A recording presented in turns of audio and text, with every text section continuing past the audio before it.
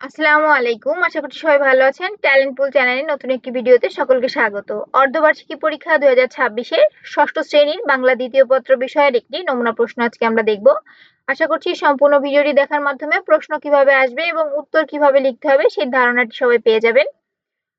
ষষ্ঠ শ্রেণী থেকে দশম শ্রেণী পর্যন্ত সকল বিষয়ের নমুনা প্রশ্ন পাওয়ার জন্য চ্যানেলটি সাবস্ক্রাইব করে পাশে থাকবেন। আজকে আমরা দেখব বাংলা দ্বিতীয় পত্র ষষ্ঠ শ্রেণীর সময় 2 ঘন্টা, পূর্ণমান 50, অর্থাৎ 50 নম্বরের পরীক্ষা হবে। 2 ঘন্টার মধ্যে উত্তর করতে হবে।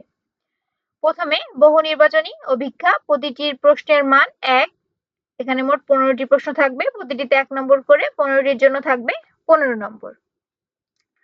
1, প্রাণী জগতে একমাত্র কাদের ভাষা আছে? 4টি অপশন আছে, ক পাখির, খ পশুর, গ মানুষের, ঘ সবার। তো উত্তর হবে গ মানুষের। আমি এখানে নীল রং করে দিয়েছি যাতে তোমাদের উত্তরগুলো বুঝতে সুবিধা হয়। উত্তরপত্র আলাদা একটি উত্তরপত্র দেওয়া থাকবে, সেখানে এক দাগ দিয়ে ক, খ, গ, ঘ এভাবে দেওয়া থাকবে। সেই যেমন এটার উত্তর হবে গ মানুষের, তাহলে ওই উত্তরপত্রে গ অপশনটি কালো কালি দিয়ে তোমরা ভরাট করে দিবে। 2, উচ্চারণের একক কি? উত্তর হবে গ অক্ষর। চয় ছ যুক্ত ব্যঞ্জনের উদাহরণ কোনটি? উত্তর হবে ঘ উচ্চ। 4, বাংলা অনুনাসিক স্বরধ্বনি কয়টি? উত্তর হবে গ 7টি। 5, স্বরবর্ণের সংক্ষিপ্ত রূপকে কি বলে? উত্তর হবে ক কার। 6, দন্তমূলীয় ধ্বনি কোনটি? উত্তর হবে খ ন এবং তদ্রস্ব। 7, ভাষার প্রধান উপাদান কয়টি? উত্তর হবে ঘ 4। 8, পশু পাখির ডাককে কি বলে? উত্তর হবে গ আওয়াজ। 9, অগোলাকৃত স্বরধ্বনি কোনটি? উত্তর হবে গ এ। 10, যুক্ত ব্যঞ্জন কত প্রকার? উত্তর হবে ক 2 প্রকার। 11, নিচের কোন শব্দটি প্রত্যয় যোগে গঠিত হয়েছে? উত্তর হবে ঘ হাতল। 12, পক্ষ বা পুরুষ কত প্রকার? উত্তর হবে খ 3 প্রকার। 13, শব্দ থেকে বৃহৎ একক হলো? উত্তর হবে গ বাক্য। 14, কুল এর সম শব্দ কোনটি? উত্তর হবে ঘ কুল। 15, বাংলা শব্দে র এর পরে বসে? উত্তর হবে ক মূর্ধন্য। এই হচ্ছে মোট 15টি বহু নির্বাচনী। এভাবে 15টি বহু নির্বাচনী আসবে, সেগুলোর শুধু উত্তরপত্রে কি করতে হবে? যে অপশনটা উত্তর হবে সেটা কালো কালি দিয়ে ভরাট করতে হবে। তারপরে রচনামূলক প্রশ্ন, এর মান হচ্ছে 35। রচনামূলক প্রশ্নে কি কি আসবে আমরা দেখি। এখানে লেখা আছে দক্ষিণ পার্শ্বস্থ সংখ্যা প্রশ্নের পূর্ণমান জ্ঞাপক, প্রাসঙ্গিক হওয়া বাঞ্ছনীয়, একই উত্তরে সাধু ও চলিত ভাষারীতি মিশ্র দূষণীয়। এক দাগে ক, নিচের অনুচ্ছেদটি পড়ো এবং অনুধাবন করে প্রশ্নগুলোর উত্তর দাও। এখানে একটি উদ্দীপকের মতো দেওয়া আছে, এটা পড়তে হবে এবং সেখানে যে 5টি প্রশ্ন আছে সেগুলোর উত্তর করতে হবে। এর জন্য হচ্ছে 5 নম্বর। এক কি আছে? ভাষা লেখা ও পড়ার জন্য কিছু চিহ্ন ব্যবহার করা হয়। এই চিহ্ন ব্যবহারের ফলে বাংলা ভাষা পড়তে ও লিখতে সুবিধা হয়। এই চিহ্নগুলোকে যতি বা ছেদ চিহ্ন বলে। এই চিহ্নগুলোর বিভিন্ন বিরতিকাল রয়েছে।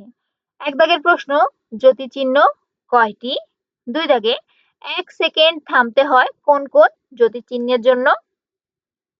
3, সবচেয়ে বেশি সময় থামতে হয় কোন যতি চিহ্নের জন্য? 4, কোথায় কোথায় কমা বসে? যেকোনো একটি লিখো। 5, কমাতে কতক্ষণ থামতে হয়? যে 5টি প্রশ্নের উত্তর লিখতে পারলে এখানে থাকবে 5 নম্বর। অথবা দেখো এখানে কি লেখা আছে খতে, অনুচ্ছেদ লিখো, অর্থাৎ একটি অনুচ্ছেদ রচনা লিখবে, তার জন্য থাকবে 5 নম্বর। এখানে এক দাগে তাহলে 2টি অপশন থাকবে, প্রথমে হচ্ছে 5টি প্রশ্ন লিখতে আসবে অথবা একটি অনুচ্ছেদ লিখবে। তোমাদের যেটা কমন পড়বে সেটার উত্তর করবে। অনুচ্ছেদ আছে ছবি আঁকা। তারপরে 2 দাগে কি আসবে? একটি চিঠি অথবা একটি আবেদনপত্র। চিঠিও আসবে, আবেদনপত্র আসবে, তার মধ্যে থেকে তোমাদের যার যেটা কমন পড়বে। তুমি যদি চিঠি লিখতে চাও তাহলে চিঠির উত্তর করবে, যদি আবেদনপত্র লিখতে চাও তাহলে আবেদনপত্রের উত্তর করবে। এর জন্য থাকবে 5 নম্বর। কথা দিয়েছি তোমার জীবনের লক্ষ্য জানিয়ে তোমার পিতার নিকট একখানা পত্র লিখো। খ, বোনের বিয়ে উপলক্ষে 5 দিনের ছুটি চেয়ে তোমার বিদ্যালয়ের অধ্যক্ষের নিকট একটি পত্র লিখো। 3 দাগে আসবে সারাংশ অথবা সারমর্ম, এর জন্য 5 নম্বর। এর মধ্যে থেকে তোমাদের যেটা সুবিধা হয় বা যেটা তোমাদের কমন পড়বে সেটার উত্তর তোমরা লিখবে। 4 দাগে কি আসবে?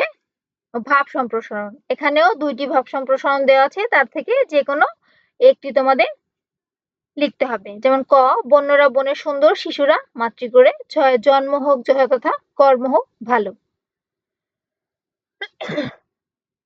5 দাগে আসবে হচ্ছে যে কোনো একটি বিষয়ে প্রবন্ধ রচনা লিখো। 5 দাগে রচনা লিখতে আসবে, রচনার জন্য থাকবে হচ্ছে 15 নম্বর।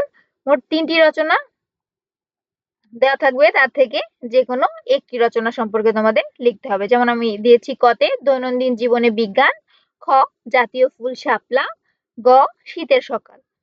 তো এই হচ্ছে মোট 50 নম্বরের তোমাদের পরীক্ষা। আশা করছি পরীক্ষায় প্রশ্নপত্র কিভাবে আসবে সেটা সম্পর্কে তোমাদের সকলের ধারণা হয়ে গেছে।